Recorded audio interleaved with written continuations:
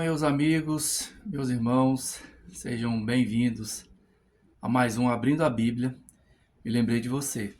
Eu quero começar fazendo aí um agradecimento a você que já se inscreveu no canal, você que mandou algumas mensagens. Muito obrigado por você ter assistido aos vídeos e o desejo do meu coração é que algo melhore no seu dia. É que todas as vezes que você pare e tire um tempo para assistir os vídeos, você seja ricamente abençoado, direcionado, tenha algo de Deus para a sua vida, se assim eu posso dizer.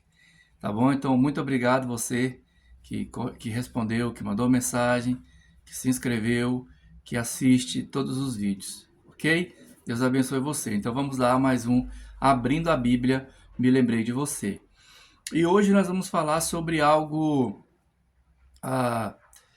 que às vezes nós não percebemos que causa tanto mal ou tantos males para a sociedade, para mim, para você, para nós como seres humanos. E o nosso assunto de hoje é sobre a expectativa, porque todos nós vivemos com algum tipo de expectativa em alguma promessa, em algo que aconteceu, algo que alguém falou, algo que você espera, e por isso então você fica aí agarrado a essa promessa e esperando algo acontecer. E o texto bíblico que nós vamos compartilhar hoje é Lucas, capítulo 24, a partir do verso de número 13.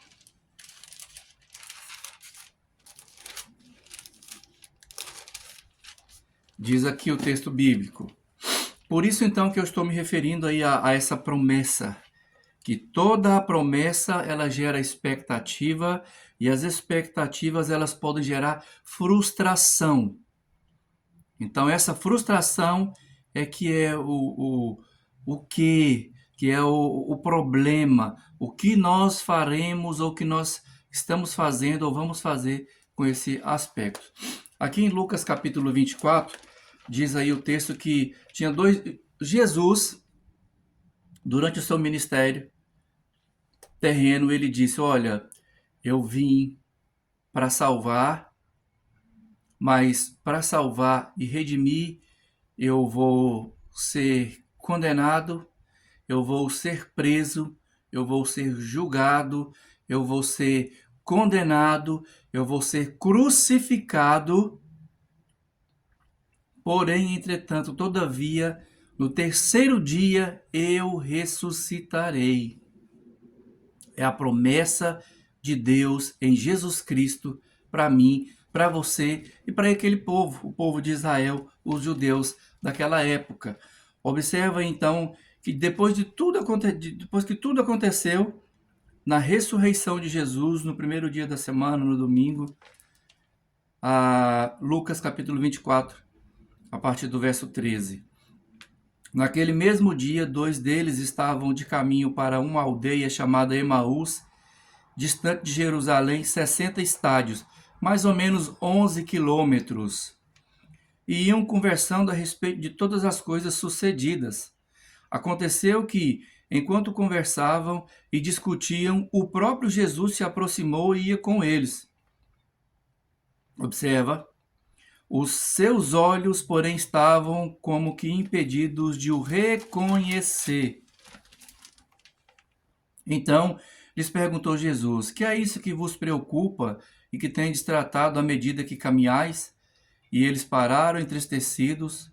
Um, porém, chamado Cleopas, respondeu, dizendo: és o único, porventura, que, estando em Jerusalém, ignora as ocorrências desses últimos dias? E ele lhes perguntou: quais?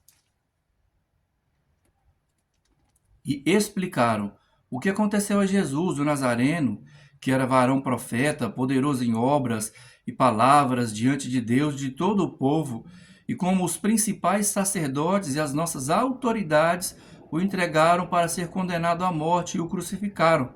Ora, nós esperávamos que fosse ele quem havia de redimir a Israel. Mas depois de tudo isso, já é o terceiro dia que tais coisas sucederam. Observa então que a promessa que eles estavam esperando não era de acordo com o que estava acontecendo. Eu e você às vezes temos esse problema. Verso 22. É verdade também que algumas mulheres das que conosco estavam nos surpreenderam tendo ido de madrugada ao túmulo e não achando o corpo de Jesus, voltaram dizendo terem tido uma visão de anjos, os quais afirmam que ele vive. De fato, alguns dos nossos foram ao sepulcro e verificaram a exatidão do que disseram as mulheres, mas não viram. Então lhes disse Jesus: ó nés e tardos de coração, para crer tudo o que os profetas disseram. Porventura não convinha que o Cristo padecesse e entrasse na sua glória? E começando por Moisés, discorrendo por todos os profetas, expunham-lhes as escrituras a respeito do que constava ao seu respeito. Então, observa então que a promessa de Jesus para aquele povo era de salvação, era um Messias vindo da parte de Deus. Então todos tinham essa promessa. E a promessa está aí no verso de número 7. Diz aí o texto bíblico, olha, tudo isso ia acontecer. E aqueles homens, então, todos estavam naquela expectativa de que Jesus seria o Messias Salvador, mas de uma forma diferente. Aquele Messias que viesse retirá-los do poder dos inimigos, aquele que viria governar como um rei, aquele que estaria ali. Aí aquela promessa, ela se desfez na cruz, entre aspas, né, para alguns deles. Então, a frustração gerou um desânimo, um abatimento tão grande no povo que todos eles se dispersaram, inclusive esses dois homens que estavam a caminho de Emaús. Jesus, então, ao longo da estrada, começa a conversar.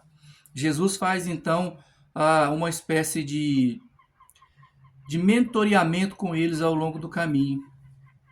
Jesus conversa com eles e depois eles estão em casa no decorrer do texto e eles vão reconhecer Jesus no partir do pão e eles vão dizer: porventura não nos ardia o coração quando ele nos expunha a escritura pelo caminho? Então, quantas vezes você sofremos com as frustrações? Às vezes você que está me ouvindo agora já fez tantas promessas e você nem sequer conseguiu cumprir uma delas. Ou talvez você já ouviu tantas promessas e poucas delas se cumpriram. Aquelas pessoas que dizem: eu vou fazer isso por você, pode esperar, pode contar comigo. E de repente aquilo não acontece. Então existe a promessa do casamento, existe a promessa no trabalho, existe a promessa de um sonho, de um projeto, de algo que você queria ou que deseja que acontecesse na sua vida. E às vezes a frustração vem. Então, quando a frustração vem, aí então é o ponto zero. O que você vai fazer agora que não deu certo? Como você vai se comportar agora que não deu certo? Aqueles homens fugiram, foram embora para outra cidade, por medo de alguma coisa, pela insegurança, pela frustração que eles tiveram.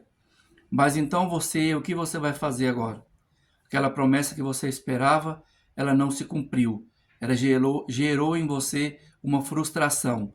E essa frustração, então, é o marco zero.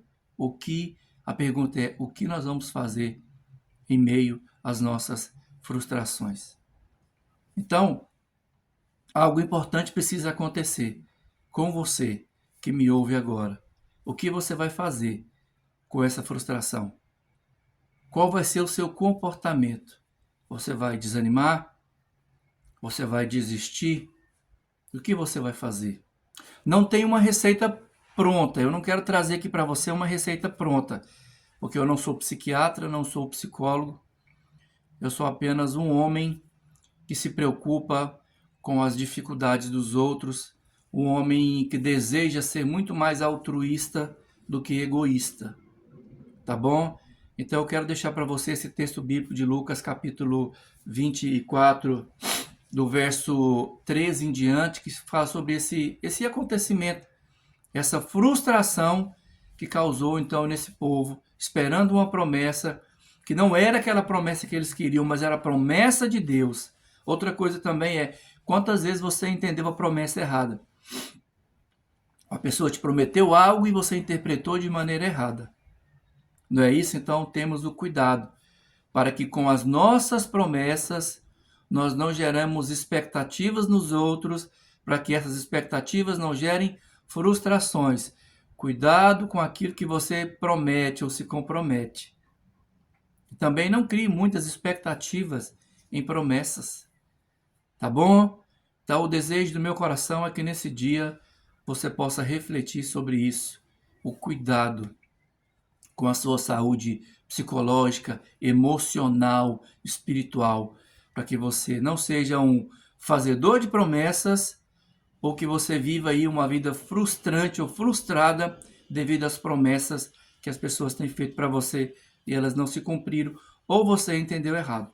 Fique firme, aguente, suporte, isso vai passar, ok? Que Deus então te abençoe e sejamos mais conscientes daquilo que nós falamos e tenhamos mais consciência daquilo que também nós estamos ouvindo. Então, até o próximo vídeo.